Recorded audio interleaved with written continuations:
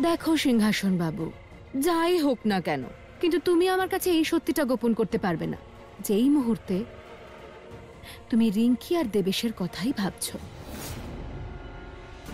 আমার হস্তক্ষেপ ছাড়াই আমার ভক্তের মনে এই ভাবনা এসেছে, তার মানে হলো যে ও আমার থেকেও শীঘ্র ষড়যন্ত্র করতে পারছে।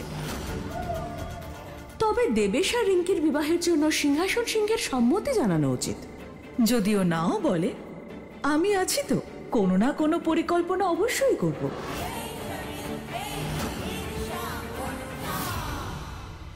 মহাদেব আর মাতা পার্বতীর জয়।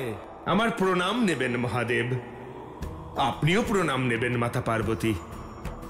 আজ এমনটাই বোধ হচ্ছে যে সমস্ত ব্রহ্মাণ্ডের আনন্দ কৈলাসে সমাহিত হয়েছে। এ আমাদের সৌভাগ্য মহাদেব যে আমরা আপনার সাকার রূপের দর্শন পেলাম। মহাদেব, কৃপা করে আজকের দিনে পৃথিবীবাসীদের জন্য এই অনুষ্ঠানের মাহাত্ম্য সম্পর্কে আলোকপাত করুন। দেবী সন্তোষী, শিবরাত্রির দিন ভক্তরা আমার কৃপা লাভ করার জন্য আমার পূজা করে। আর আমার মতোই প্রত্যেক শিবভক্ত মহাদেবকে লাভ করার কামনা করেন। মহাদেব হলেন দেবাদিদেব, অত্যন্ত সহজ সরল এবং দয়ালু। উদারতার প্রতীক হলেন মহাদেব। ভোলানাথ কোনোদিন কোনো রকম রাজনীতি পছন্দ করেন না। ওনাকে ভোলানাথ এই কারণেও বলা হয় কারণ ওনার হৃদয় নিশ্চল এবং অপারদর্শী, যেখানে শুধুমাত্র করুণার ভাব রয়েছে। উনি ওনার ভক্তের ভক্তিতে প্রসন্ন হয়ে যান। আর তার সর্বশ্রেষ্ঠ উদাহরণ হলো ত্রেতা যুগে এক শিকারী যিনি অত্যন্ত ক্রূর ছিলেন, পশু শিকার করে দিন যাপন করতেন, এমনকি পথ চলতি মানুষদেরও তিনি লুট করতেন। কিন্তু একবার মহাশিবরাত্রির দিন ওনার গোটা পরিবারের ক্ষুধা নিবারণ করার জন্য উনি নিজে সারা দিন ক্ষুধার্ত ছিলেন। সকাল থেকে সন্ধে হয়ে গেল, একটা পশু পেলাম না। জানি না আজ পরিবারের পেট কি করে ভরবো আমি। এখানে অবশ্যই কোনো পশু জল পান করতে আসবে, তখন তাকে শিকার করে আমার পরিবারের খিদে মেটাবো। আর পশু শিকার করার জন্য একটি বেল গাছে চড়ে বসলেন। কিন্তু উনি জানতেন না যে পাশেই একটা শিবলিঙ্গ ছিল। তিনি তো শুধু পশুর জন্য অপেক্ষা করছিলেন। অবশেষে আমার প্রতীক্ষা শেষ হলো। এবার এই হরিণ আমার আর আমার পরিবারের খিদে মেটাবে। অর্থাৎ সে না জেনেই শুভ ফলদায়ী শিবরাত্রি তিথিতে মহাদেবের পূজা করেছিল। হ্যাঁ মাতা।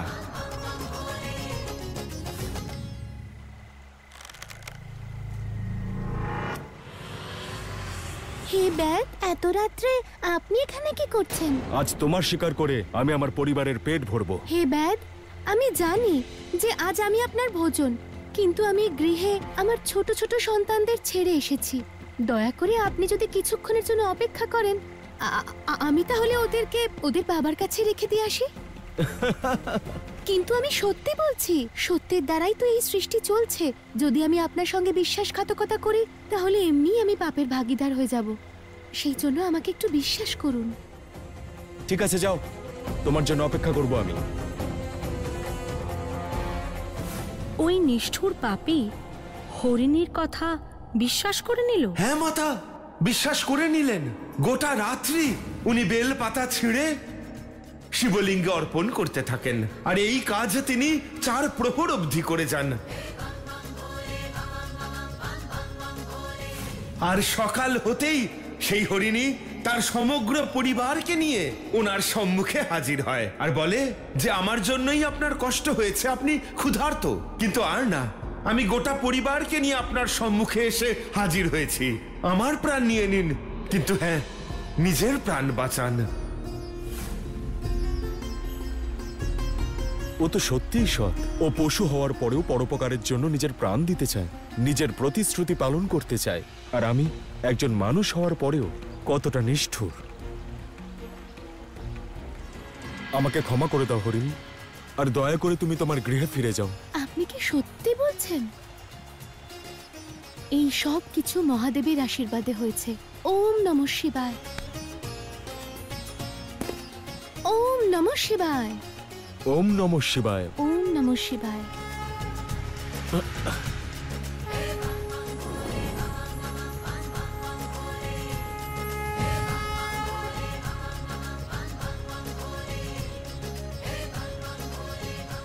ওম নমঃ শিবায়। প্রণাম মহাদেব, আপনি আমার মতো পাপীকে দর্শন দিয়েছেন, আমি ধন্য হয়ে গেলাম। মহাশিবরাত্রির দিন তুমি আমার আরাধনা করে আমার ভক্তদের মধ্যে তোমার নাম অমর করেছ। তাই আজ আমি তোমাকে বরদান করছি যে তুমি অযোধ্যার নিকটে সারঙ্গবেদপুরে তোমার রাজধানী স্থাপন করে একজন রাজার মতো সুখে আর বৈভবে নিজের জীবন অতিবাহিত করবে। শুধু তাই নয়, ত্রেতা যুগে মর্যাদা পুরুষোত্তম শ্রীরামের দর্শন এবং তাকে সেবা করার সৌভাগ্য লাভ করবে। আপনাকে অসংখ্য ধন্যবাদ মহাদেব।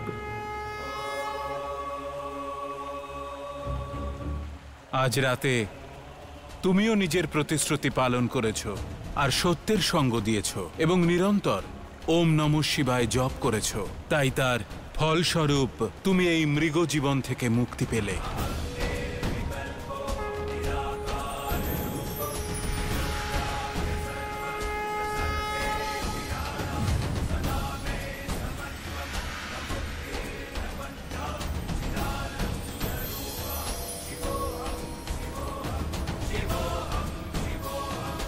প্রণাম মহাদেব।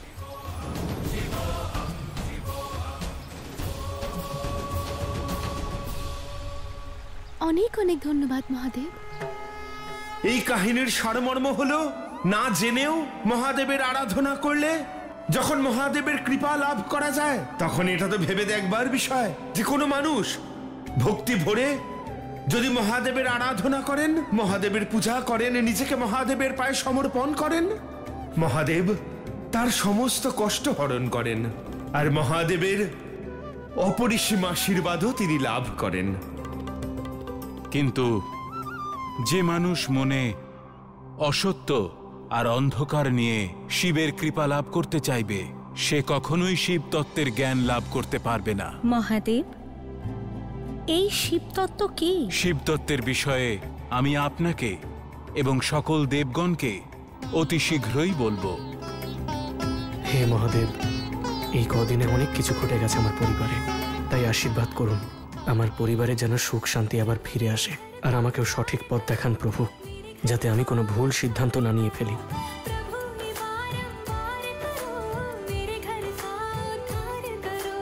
হর হর মহাদেব, হর হর মহাদেব, হর হর মহাদেব। মাসিমা সামলান নিজেকে। ইন্দ্র বাবা, আপনি এদিকে আসুন।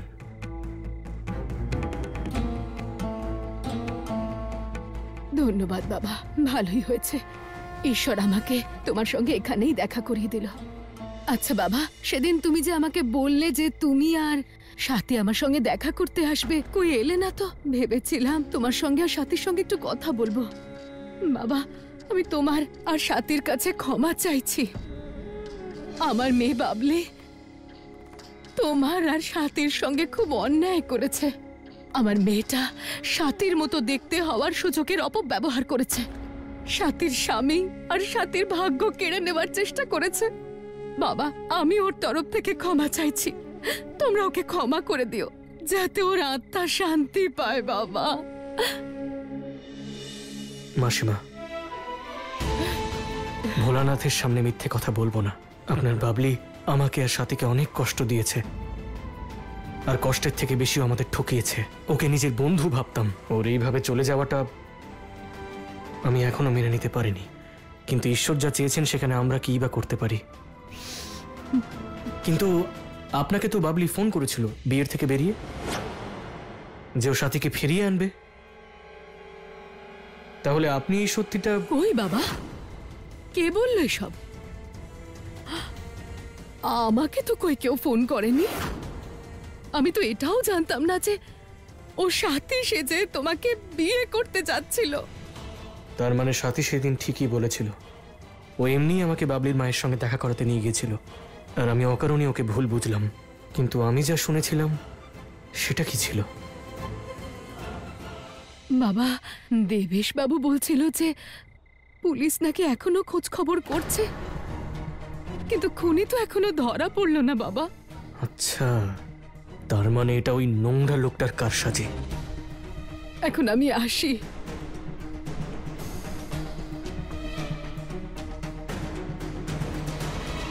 হে মহাদেব, আপনি আমার চোখ খুলে দিলেন। অনেক অনেক ধন্যবাদ আপনাকে। আরে তুমি এখানে? সব ঠিক আছে তো? কি ব্যাপার, আজ আপনার পরিবারের কাউকে দেখছি?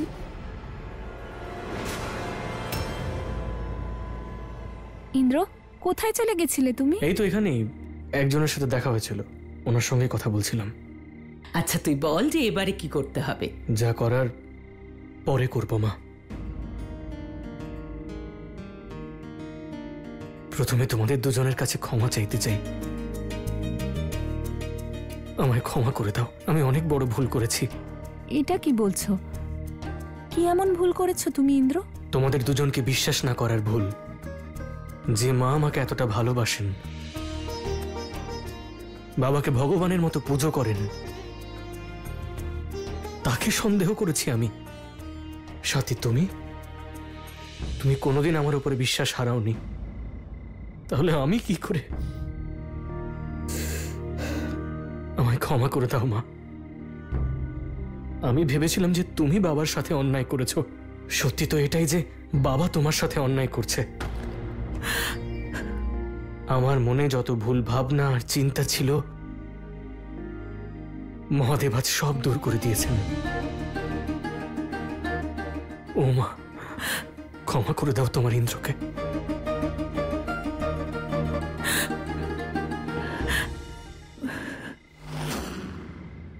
কোনো মাতা সন্তানের উপর রাগ করতে পারে? হ্যাঁ,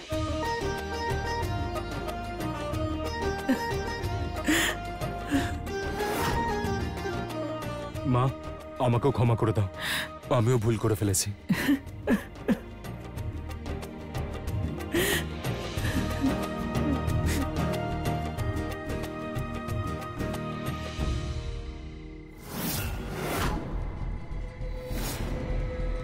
ওই দেখুন কেমন গলা জড়াজড়ি করছে, আবার এক হয়ে গেছে। মনে হচ্ছে ওদের বাবাকে আর ওদের প্রয়োজনই নেই। আমারও তো তাই মনে হচ্ছে। সিংহাসন বাবু, আপনি চিন্তা করছেন কেন? আপনার পরিবার যতই আপনাকে দূরে সরিয়ে দিক না কেন, আমি সবসময় আপনার পাশে আছি।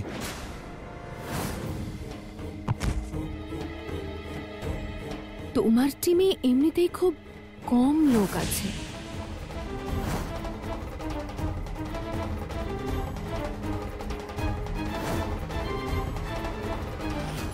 নারায়ণ নারায়ণ, অসুর রানী পৌলমী।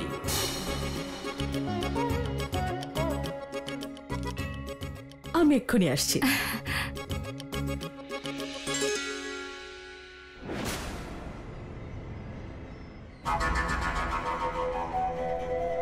তীর তো একদম সঠিক জায়গায় লেগেছে। এবার এটা দেখার পালা যে সিংহাসন বাবুর রাগ কিভাবে নিজের পরিবারকে ভস্ম করে দেয়।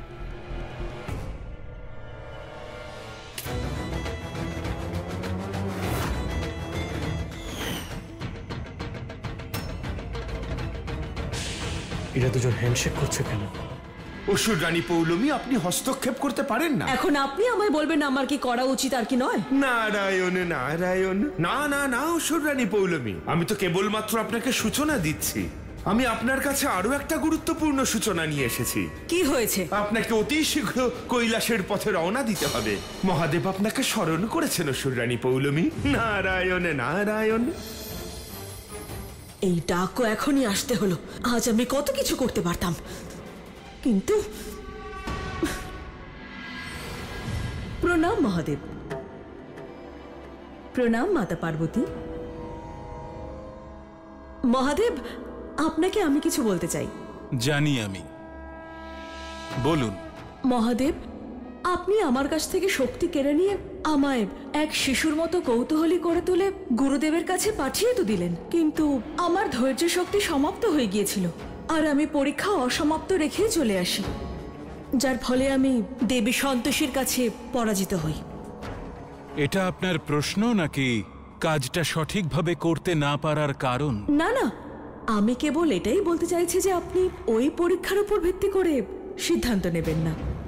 কিন্তু আমি আপনার কথা মতোই আপনাদের গুরু শুক্রাচার্যের কাছে জ্ঞান লাভ করার জন্য পাঠিয়েছিলাম, আর আপনি কিন্তু সেটা... আপনি আমায় আরেকটি সুযোগ দিন আর এমন কিছু করতে বলুন যা আমার গুণের অনুকূল। আমি পরীক্ষা আরম্ভ হওয়ার আগেই বলেছিলাম যে আপনাদের দুজনের বিপরীত স্বভাবই পরীক্ষার আধার।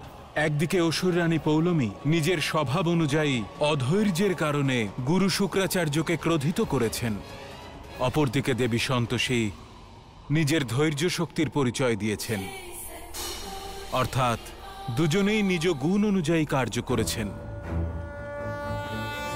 তবে অসুর রানী পৌলমী, আপনি আমার জ্যোতিস্তম্ভের সম্মুখে পঞ্চাক্ষরী মন্ত্র জপ করেছেন, তাতে আমি প্রসন্ন হয়েছি, আর সেই কারণেই আমি আপনার ত্রুটি মার্জনা করলাম।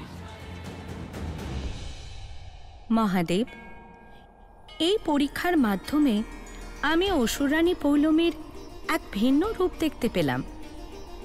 উনি আমার বিপরীত, কিন্তু ওনার সঙ্গ আমার উৎসাহ বাড়িয়ে তুলেছিল।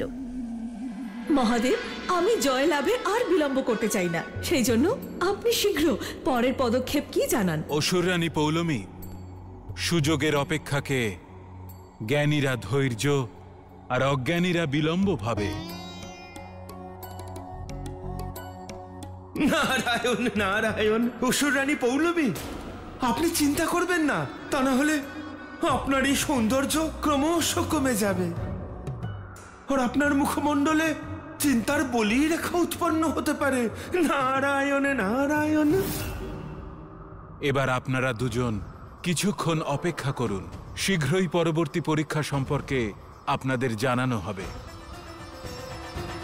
এখন আপনারা দুজন নিজ নিজ ভক্তের সংবাদ নেওয়ার জন্য প্রস্থান করতে পারেন। অনুমতি দিন মহাদেব। মহাদেব, পরবর্তী পদক্ষেপের জন্য আমি সম্পূর্ণভাবে প্রস্তুত। এইবার বিজয়ী আমিই হব।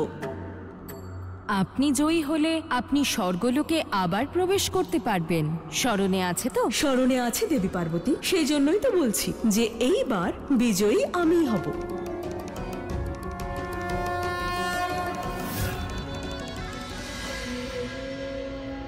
তুমি কতটা নিচে নামতে পারো সেটা আমি জানি, সেই জন্য আমি ওই প্রমাণ আগেই পুলিশকে দিয়ে দিয়েছি।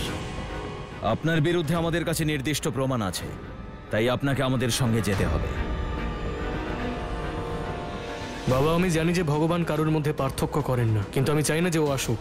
ইন্দ্র, আজ একটা শুভ দিন, আজকের দিনে মাথা গরম করে আর অশান্তি বাড়াস না, ছেড়ে দে।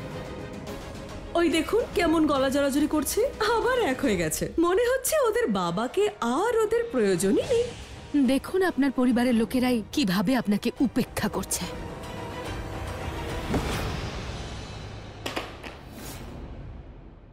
ধীরে ধীরে এই বাড়ির মহিলারা বাড়ির সব বিষয়ে সিদ্ধান্ত নিচ্ছে। ওই সাথে তো কুন্তি দেবীর মতিভ্রষ্ট করে দিয়েছে, আমাকেই ভুল প্রমাণ করেছে।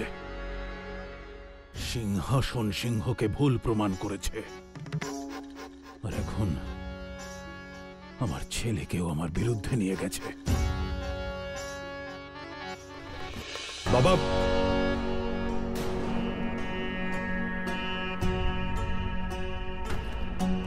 বাবা তুমি এত তাড়াতাড়ি চলে এলে কেন? বাবা বিশ্বনাথের দর্শন করলে না?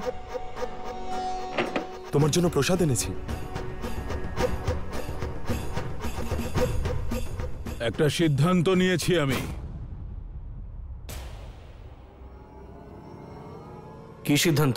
আমি রিঙ্কির বিয়ে দেওয়ার সিদ্ধান্ত নিয়েছি।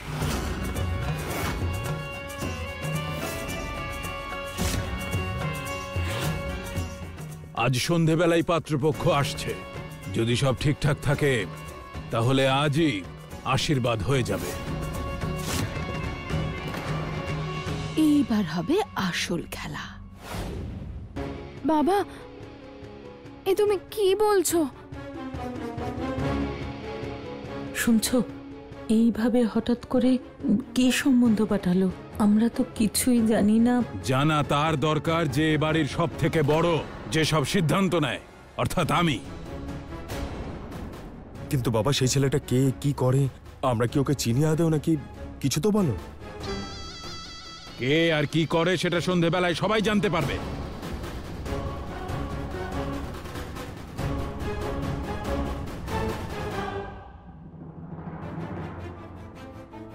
বাবার এই ধরনের ব্যবহার দেখে আমার খুব ভয় করছে।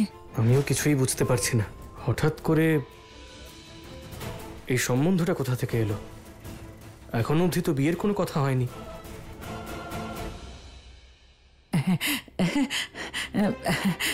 তোরা না একদম চিন্তা করিস না। আসলে তোর বাবা আমার উপর রেগে আছেন, কিন্তু রিঙ্কির ব্যাপারে কোনো ভুল সিদ্ধান্ত নেবেন না, কারণ উনি রিঙ্কিকে খুব ভালোবাসেন। তোরা এ নিয়ে একদম চিন্তা করিস না। চল তাড়াতাড়ি চল, অনেক আয়োজন করতে হবে তো। হ্যাঁ চল চল। বলেছিলাম না আমি সিংহাসন বাবুর ওপর একমাত্র আমার জাদুই চলবে। এবার কিছুক্ষণ পরেই তোমাকে ফোন করে বলবে, দেবেশ বাবা তুমি কি আমাদের বাড়ির জামাই হবে? মন এবং মাথা দুটোকেই শান্ত করার মতো কথা বললে তুমি, লায়লা। শোনো, আমি কিন্তু আমার কাজ করে দিয়েছি, এবার মেয়েটাকে হাত করার দায়িত্ব কিন্তু তোমার। সেটার চিন্তা তুমি করো না। যে কোনো মেয়েকে হাত করতে আমার 1 সেকেন্ডও লাগে না। শুধু অপেক্ষা এই ব্যাপারটারই যে আমি ওই বাড়িতে থাকব, আর সাথী সব সময়ের জন্য আমার চোখের সামনে থাকুক।